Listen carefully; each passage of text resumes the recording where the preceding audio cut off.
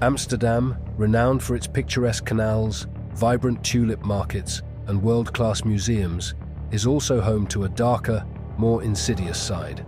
Beneath its seemingly idyllic exterior lies a world of crime, corruption, and deceit. The city, often celebrated as a haven of tolerance and progressive thinking, harbors a thriving underworld of organized crime, where fortunes are built on illicit activities such as drug trafficking, extortion, and brutal violence. The shadowy figures who occupy this space operate by their own set of rules, where betrayal is swift and retribution is often fatal. Martin Kok, one of Amsterdam's most notorious figures, embodied the contradictions of the city itself. A man whose life was shaped by crime, violence, and the desire for power, Kok's story is a tragic example of the ways in which ambition and defiance can spiral out of control. Once a feared criminal in the drug trade, Kok reinvented himself as a journalist who would expose the very underworld he had once ruled. But his attempt at redemption would prove futile, and his brutal assassination on December 8, 2016, would mark the tragic end of a life that had been driven by a relentless pursuit of both power and exposure. Kok's assassination, executed with clinical precision, was the culmination of decades spent at the mercy of Amsterdam's criminal underworld. It was an end that mirrored the complexity of his life, an intricate web of loyalty, betrayal, and revenge that had finally unraveled, leaving behind a legacy marked by both admiration and contempt.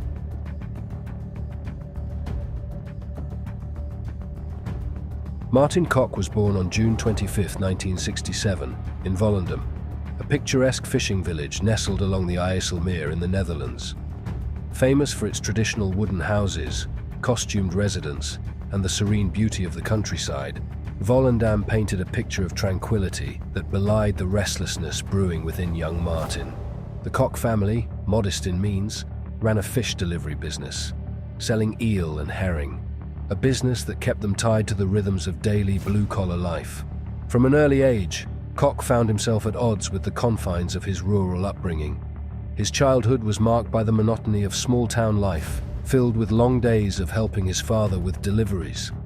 While others in the village contentedly followed the well-worn path of tradition, Kok's mind raced with dreams of a different future, one filled with excitement and the possibility of greatness.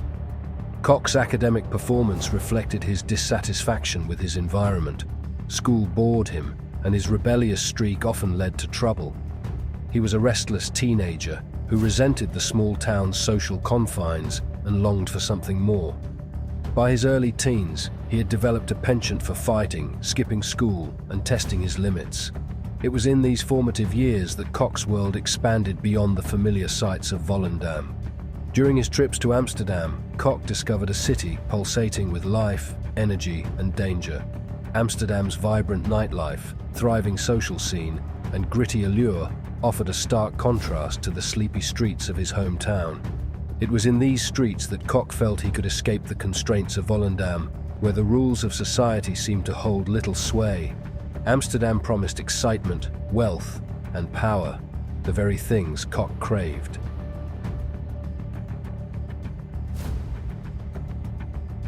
At the age of 18, Kok left Volendam and moved to Amsterdam.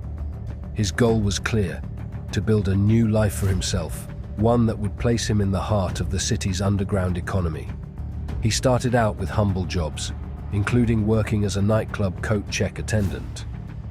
Though menial, these jobs gave him an inside view into the world of Amsterdam's nightlife, a world teeming with wealth, excess, and vice. It wasn't long before Kok became involved in the city's criminal underworld. At first, he sold ecstasy pills, a popular drug in Amsterdam's club scene. His natural charisma and street smarts helped him quickly build a reputation as a reliable, efficient dealer. Kok wasn't content with selling small quantities. He aspired to bigger things. His ambitions were insatiable, and he soon expanded his operations, moving into cocaine trafficking. The illicit business he built spanned not only Amsterdam, but also reached into other parts of Europe. But it was Kok's ruthless approach to business that truly set him apart from his peers. By the late 1980s, he he had already earned a reputation for violence and aggression. A dispute with a former associate escalated into a shooting, a clear indication that Kok was willing to go to extreme lengths to assert his dominance. In 1989, during a drunken altercation, he killed rival dealer Peter Giesbergen. Kok was convicted of manslaughter in 1990 and sentenced to 5 years in prison.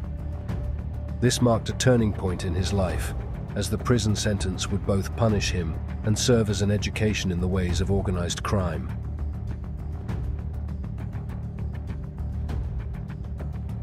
Prison became both a punishment and a learning ground for Kok. Surrounded by seasoned criminals, Kok absorbed the lessons of the underworld. Among his fellow inmates was Willem Holleder, the infamous mastermind behind the kidnapping of beer magnate Freddie Heineken in 1983. Holleder, known for his cunning and ruthlessness, became a mentor to Kok, teaching him about the intricacies of organized crime, the ways in which power could be wielded, and how to navigate the treacherous world of criminal alliances. By the time Kok was released from prison, he had undergone a transformation. He was no longer just a small-time drug dealer, but a man with connections, experience, and ambition. Over the next 2 decades, Kok built an empire that spanned not only drug trafficking, but also extortion, money laundering, and other illicit activities. His reputation for violence and short temper made him a feared figure in the criminal world, but it also painted a target on his back. Rivals and law enforcement alike sought to bring him down, but Kok seemed to thrive in the chaos, evading capture and punishment time and time again.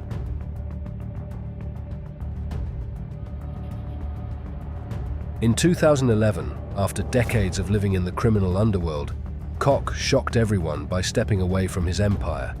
He reinvented himself as a crime journalist, launching a blog called Vlinderscrime. The blog focused on exposing the inner workings of the Dutch underworld, and Kok's transition from criminal to journalist was as unexpected as it was daring. This new chapter in his life allowed him to maintain his ties to the criminal world while also controlling the narrative around his activities. Kok's blog became a sensation. It offered a unique insider's perspective on organized crime in the Netherlands and beyond. His writing was sharp, filled with dark humor and brutal honesty, and it resonated with readers. He didn't shy away from publishing photos of criminals, exposing their secrets and mocking their failures. His ability to blend insider knowledge with a scathing critique of the world he had once ruled made his work both compelling and dangerous. But Kok's new role as a journalist also made him a target. His brazen disregard for the unspoken codes of loyalty and silence in the criminal world earned him many enemies. He was no longer a participant in the underworld's dark business, but an exposer of its secrets. This shift in role brought Kok to the attention of some of the most dangerous figures in Europe's criminal landscape.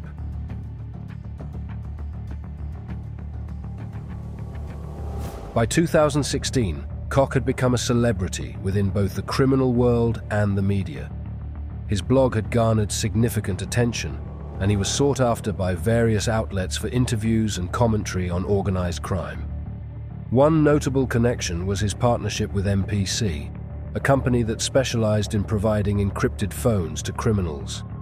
The company was run by the Scottish Gillespie brothers, James and Barry, who had connections to some of Europe's most notorious criminals. Kok's association with MPC, a company that catered to the underworld, did not sit well with all of his former associates. Most notably, Ridouan Taghi, the powerful Moroccan-Dutch drug lord who controlled large swaths of Europe's cocaine trade, saw Kok's blog as a direct threat to his empire. Taghi's cartel, known for its ruthlessness and clandestine operations, could not tolerate the exposure of its dealings. Intercepted communications between Taghi's associates revealed that Kok had become a marked man. The cartel had placed a bounty on his head, and Kok's continued defiance would ultimately lead to his assassination.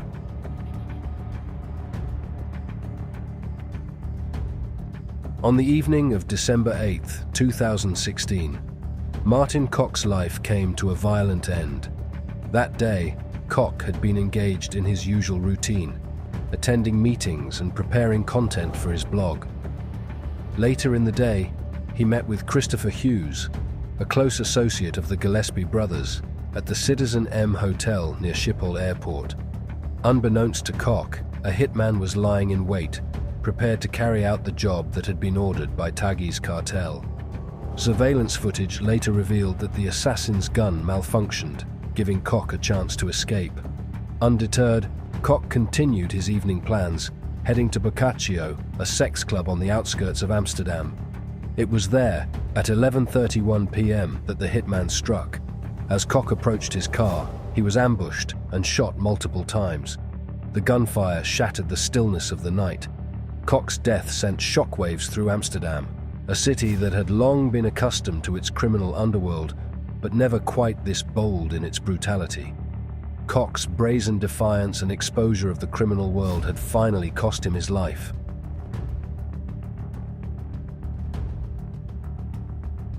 The murder of Martin Kok became one of the most high-profile investigations in Dutch history. Initially, the police had few leads to follow. The assassin had been careful, and Kok's connections to the criminal world made it difficult to pinpoint a clear motive. However, as the investigation unfolded, it became apparent that Kok's killing was not a random act of violence, but a carefully orchestrated hit ordered by Ridouan Taghi. Through meticulous investigation, law enforcement pieced together the details of the murder. The surveillance footage that captured Kok's final moments became a critical piece of evidence. Within weeks, the police identified the hitman as a former associate of Taghi's cartel, a man with a history of carrying out executions for the organization. But it would take years for Taghi to be captured, and Kok's death would ultimately serve as the catalyst for the unraveling of one of Europe's most dangerous criminal empires.